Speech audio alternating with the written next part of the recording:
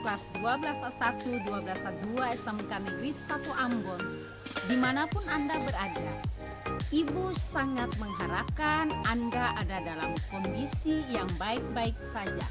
Salam sehat.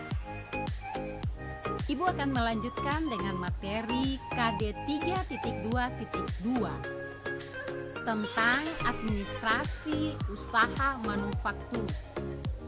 Administrasi usaha manufaktur menurut pengertian umum yang berasal dari bahasa Belanda yang artinya administratif, yang artinya kegiatan catat mencatat, surat menyurat, pembukuan, dan sebagainya.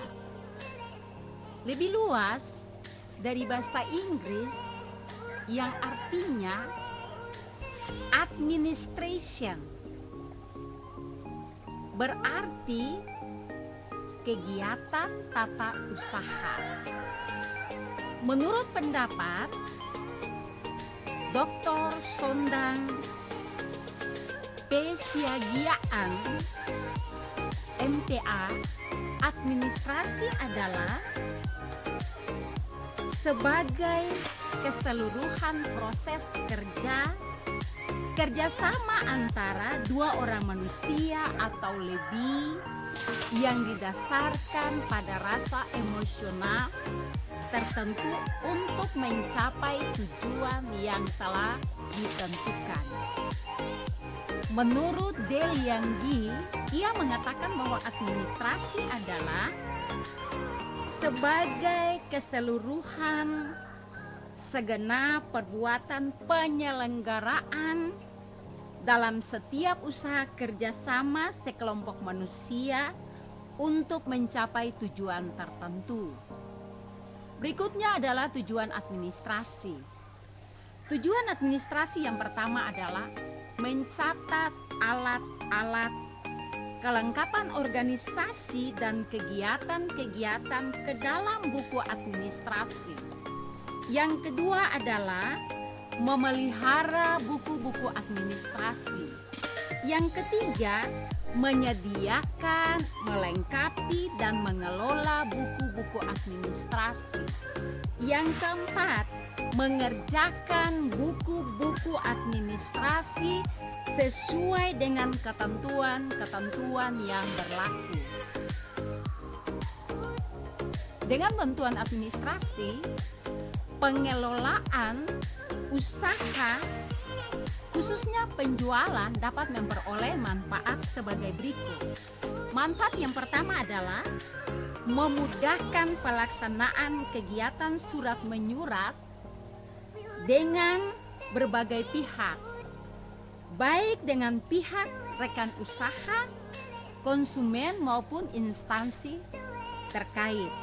Yang kedua, memudahkan pengendalian kegiatan di bidang penjualan, baik yang berkaitan dengan kepentingan perusahaan sendiri maupun kepentingan konsumen.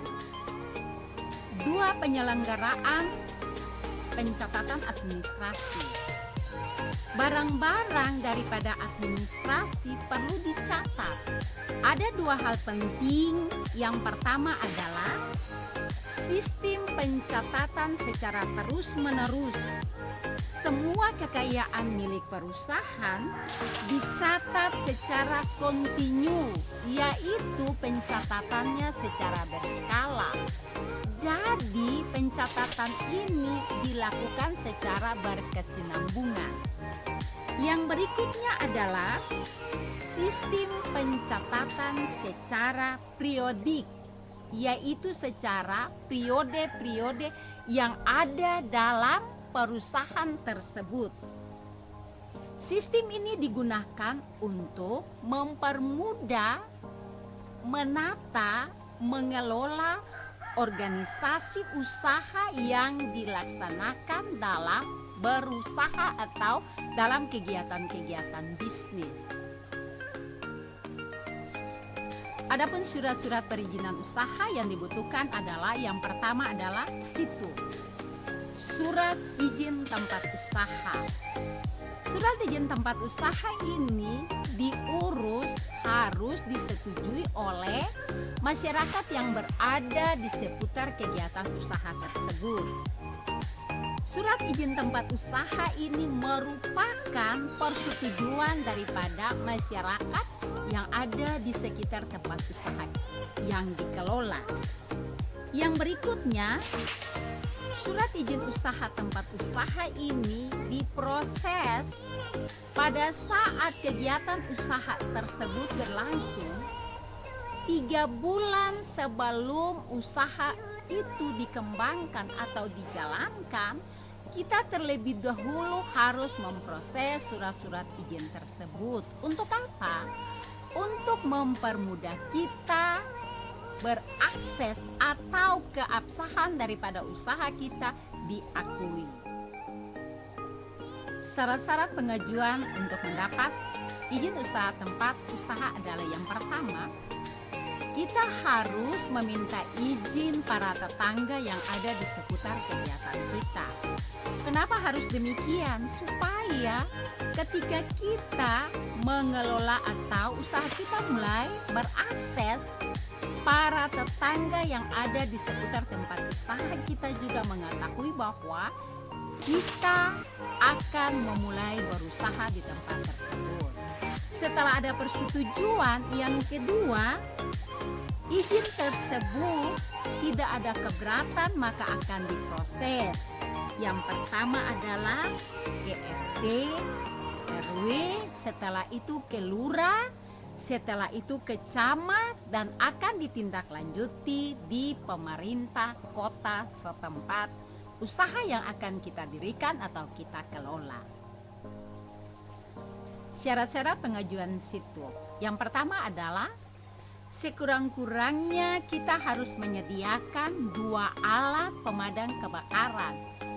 Pasti Anda bertanya, kenapa perlu alat pemadam kebakaran? Karena sewaktu-waktu apabila terjadi hal-hal yang tidak diinginkan seperti kebakaran, maka kita dapat mengantisipasinya. Yang kedua adalah menyimpan barang-barang yang menurut kita mudah terbakar pada tempat yang harus disediakan. Jadi dalam usaha tadi kita harus ada ruang tertentu. Ruangan ini mengamankan barang-barang yang menurut kita barang-barang ini sangat mudah terbakar, supaya kenyamanan, keamanan daripada barang-barang tersebut tersimpan dengan baik. Yang ketiga adalah bangunan yang harus kita dirikan adalah dari bahan-bahan yang tidak mudah terbakar. Contohnya kalau kita mendirikan, kita menggunakan triplex mungkin. Sewaktu-waktu apabila terjadi korslet maka mudah sekali terbakar.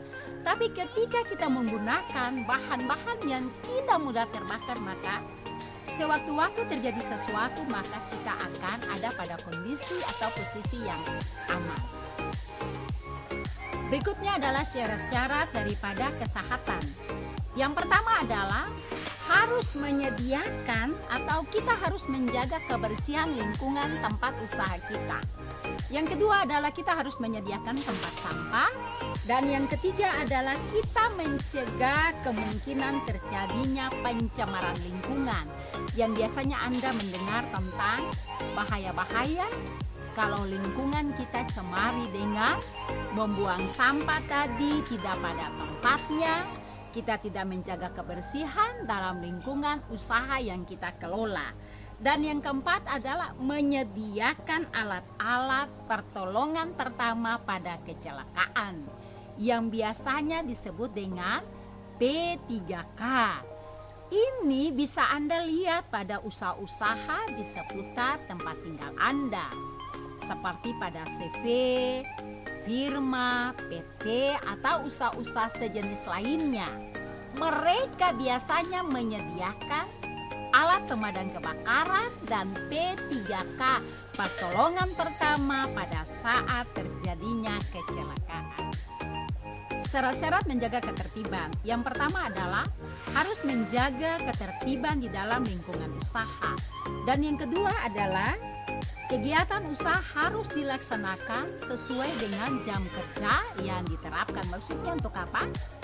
Usaha yang kita kelola, kita harus menjaga ketertiban, keamanan, dan kenyamanan di tempat usaha tersebut supaya tidak mengganggu stabilitas atau keamanan daripada masyarakat di tempat usaha kita. Dan yang kedua adalah kita harus melakukan kegiatan usaha tersebut sesuai dengan jam kerja. Ibu memberikan satu contoh sederhana. Kalau kita memulai pada pukul 8 pagi, kita mengakhirinya pada pukul 14 siang atau jam 2 siang, maka kita harus konsekuen supaya mencegah terjadinya hal-hal yang tidak diinginkan. Pastinya Anda bertanya, tapi kan ada yang bekerja menambah waktu, itu berarti mereka lembur atau yang biasanya Anda dengar dengan kegiatan lembur dilaksanakan. Dilaksanakan untuk apa? Karena ada pekerjaan yang mungkin saja belum selesai sehingga mereka harus menyelesaikan pekerjaan tersebut. C. Tidak menyimpang barang-barang di fasilitas umum. Contoh, pada saat pembongkaran barang-barang kita tidak boleh menitipkannya pada ruas-ruas jalan. Yang berikut D. Penggunaan barang harus sesuai dengan peraturan yang telah ditetapkan oleh Pemda atau pemerintah setempat. Persyaratan lain situ yang pertama adalah lebih mengutamakan pekerja di lingkungan tempat kita berusaha. Artinya tenaga pekerja yang kita butuhkan, kita harus menyerapnya dari masyarakat setempat. Yang kedua adalah menjaga ketertiban, kebersihan, dan keindahan lingkungan di mana usaha kita berada. Lampiran-lampiran yang dibutuhkan dalam pengurusan situ, yang pertama adalah surat izin dari tetangga, yang kedua adalah fotokopi KTP pemilik usaha, yang ketiga adalah fotokopi pelunasan pajak bumi dan bangunan, yang keempat adalah fotokopi izin mendirikan bangunan atau IMBB. Berikutnya adalah fotokopi nomor pokok wajib pajak, dan yang terakhir adalah fotokopi analisis mengenai dampak lingkungan yang biasanya Anda dengar dengan sebutan AMDAL. Demikian paparan materi yang telah Ibu sampaikan. Tugas akan Ibu kirimkan di WA dan Classroom belajar kita. Ibu sangat mengharapkan untuk Anda mengerjakannya tepat pada waktunya. Sekian dan terima kasih. Salam sehat.